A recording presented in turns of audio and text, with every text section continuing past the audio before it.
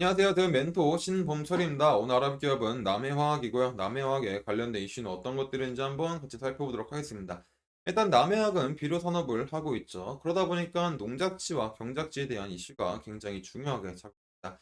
하지만 그에 못지않게 중요한 것 중에 하나가 바로 암모니아 가격이다라는 거죠. 이런 부분에 대해서 한번 간단하게 살펴보도록 하겠습니다.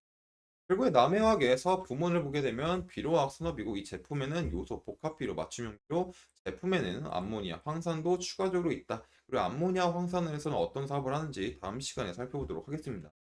그리고 이제 남해학은 비료 제조나 어떤 화학 제품에 대한 판매, 그리고 유류 제품에 대한 사업도, 유통업도 영위하고 있다라고 보시면 돼요. 그래서 이런 비료 같은 경우는 만들기 위해서 이런 암모니아를 회에 의존하고 있다라고 보시면 될 것 같습니다. 23년도 3분기 누계 기준으로 보게 된다면 이런 비료가 46.3%, 화학이 24.4%, 유료 소개가 20% 정도를 차지하고 있고, 이 국내 매출 비중을 보게 되면 그럼 국내 매출 비중이 거의 한 78%, 80%에 육박을 하고 있죠. 해외 매출 비중은 한 20% 조금 넘고요. 그대로 비료 산업은 55%가 국내고, 화학 산업은 국내가 95%, 유류 산업은 전체 100%로 이루어져 있다라고 보시면 됩니다. 그리고 이제 경작지에 대한 이슈들을 한번 살펴보게 된다면, 이제 22년도 기준을 한번 간단하게 살펴보도록 하겠습니다. 일단 22년도에는 국내 화학비료 출하량이 이제 257만 톤 정도가 되고, 2015년 이후 7년간 이제 연평균 한 0.5%의 감소세를 보이고 있는 상황이다. 그리고 연간 출하량은 이제 기후 변화나 어떤 다른 작물 이제 작황 변동에 따라서 조금 달라질 수 있는 상황이 있지만, 그래도 막 크게 막 엄청 감소했다기보다는 완연한 감소세라고 볼 수가 있죠. 그리고 이런 경지 면적과 밭 경지 면적도 한번 살펴보도록 하겠습니다. 결국 이제 이런 농지 경지 면적이나 밭 경지 면적이 지속적으로 하락을 하고 있는 추세이기 때문에 2015년 대비 어떤 농업용 화학 비료 출하량이 지금 굉장히 줄어들었다라고 볼 수 있습니다. 그리고 여기서 이제 추가적으로 할 말이 뭐냐면은 이제 암모니아에 대해서만 간단하게 살펴보도록 하겠습니다. 그래서 결국에 이제 이런 경작지라는 거는 국내 화학 비료 시장 같은 경우는 경지 면적에 대한 감소와 함께 친환경 및 지속 가능한 농업을 위한 유기질 비료의 소요나 전환이 이런 것들이 일어나지 않게 된다면 농업용에 대한 그냥 일반 화학 비료에 대한 판매량 증가가 조금 어렵다라고 판단하시면 될 것 같아요. 아까 전에 이제 암모니아 가격 변동성에 대해서 얘기했었는데, 보통 이제 암모니아를 가장 많이 수입하고 있는 건 비료 업체들이죠. 그리고 비료로 이제 92% 정도가 쓰인다고 보시면 돼요.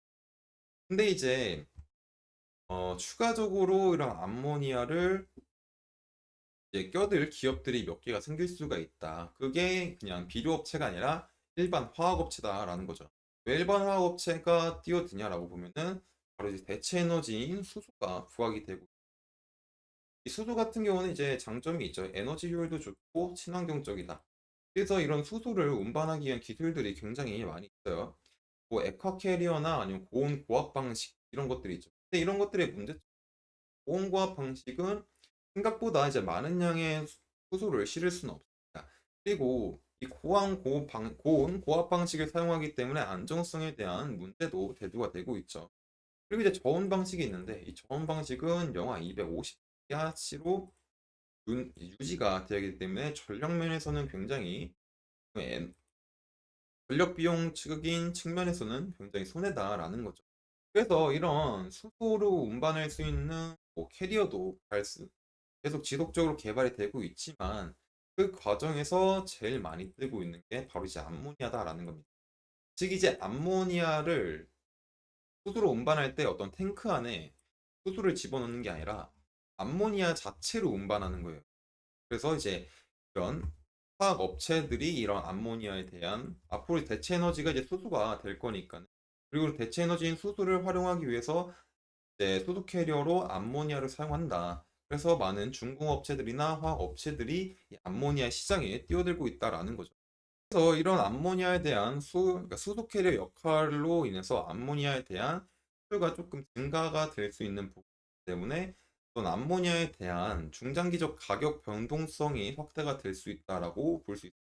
그래서 이런 암모니아에 대한 가격이 지속적으로 만약 상승하게 된다면 현재 비료업체가 어떤 논이나 밭 경지 면적이 줄어들고, 기존에 있는 화학 비료로서는 더 이상 메리트가 없어서 판매가 잘 안 될 텐데 그런 원가에 대한 문제까지 겹치게 되면은 비료 업체가 타격을 받을 수 있지 않을까 싶습니다. 하지만 이런 부분들은 사실 장기적으로 봐야 되기 때문에 장기적인 문제는 아니어서 적으로 체크를 해봐야 될 것 같습니다.